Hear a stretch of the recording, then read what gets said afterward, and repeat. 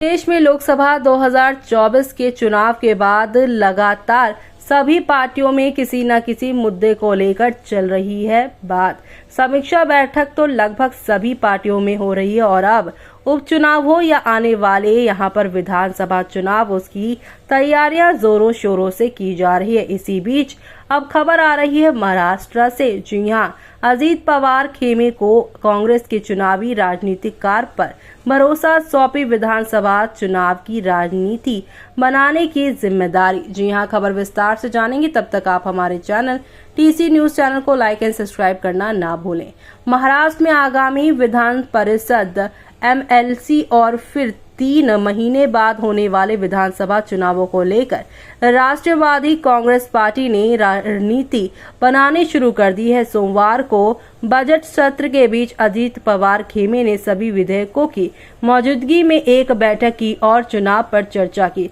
दिलचस्प बात यह है कि अजीत पवार खेमे ने आगामी विधानसभा चुनाव के लिए नरेश अरोड़ा को चुनावी रणनीतिकार के रूप में नियुक्त किया है। जी हां, और इसी से यहां पर फिर से ये बात चर्चाओं में आ गई है कि Naresh Arora political campaign management company के को-फाउंडर भी हैं। उन्होंने राजस्थान और कर्नाटका समेत कई राज्यों में कांग्रेस के इलेक्शन कैंपेन का मैनेजमेंट किया है। बैठक में नरेश अरोड़ा ने आगामी विधानसभा चुनावों के लिए पार्टी की ब्रांडिंग और रणनीतियों के बारे में प्रेजेंटेशंस दिए हैं और अजीत खेमे के विधायकों को संबोधित किया है। सूत्रों के माने जाए तो पार्टी ने वित्त मंत्री अजीत पवार द्वारा प्रस्तुत बजट में सरकार द्वारा घोषित सभी लोकप्रिय योजनाओं का प्रचार करने की रणनीति बनाई है और वोटर्स तक पहुंचने के लिए 90 दिन की योजना बनाई है। संगठन ने तय किया है कि अजीत पवार को पार्टी के नेता के रूप में ब्रांडिंग और मेक ओवर पर भी काम किया जाएगा, जिसमें प्रशासन पर उनकी पकड़, अपने शब्दों पर कायम रहना, अपने सभी वादों को पूरा करना, पार्टी कैडर के लिए उपलब्ध रहना और पार्टी के लिए काम करना जैसी उनकी खूबियों के बारे में बताया जाएगा। विधायकों से कहा गया है कि वो विपक्ष के किसी भी फर्जी बयान के जाल में ना फंसे, इसके बजाय योजनाओं को जमीन पर पहुंचाने और बढ़ावा देने और सिर्फ विकास के एजेंडे पर ध्यान केंद्रित करने की दिशा में काम करें।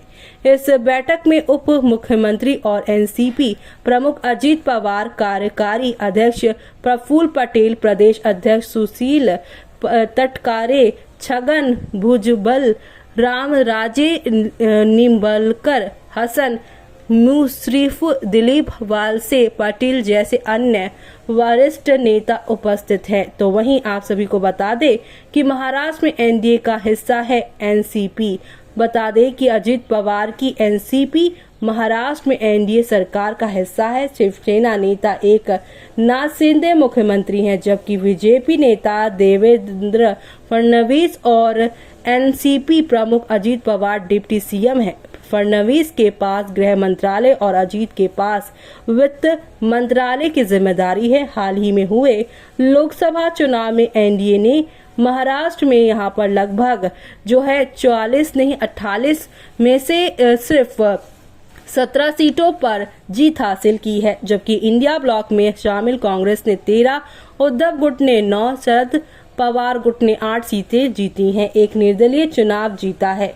जो यहाँ 2000 नहीं बल्कि 288 सीटों वाली महाराष्ट्र विधानसभा में एनसीपी दोनों गुटों के यहाँ पर लगभग 50 से भी ज्यादा विधायक हैं। जुलाई 2023 में अजीत पवार ने अपने चाचा शरद पवार से बगावत की और एनडीए सरकार में शामिल हो गए थे। अजीत के साथ 8 विधायकों ने मंत्री पद की शपथ ली थी। अजीत कैंप का दावा है कि उनके पास यहाँ पर 41 विधायकों का समर्थन है, जबकि शरद पवार गुट को 12 विधायकों का समर्थन प्राप्त है। इसी के साथ आप सभी को बता दें कि जुलाई 2023 में दोनों नेताओं के बीच गुटबाजी चल रही है और चुनाव आयोग ने यहां पर अजीत पवार के नेतृत्व वाले एनसीपी गुट को असली घोषित किया है। इसका मतलब ये हुआ है कि अजीत को पार्टी का नाम और यहां घड़ी का चुनाव चिन्ह मिल गया है।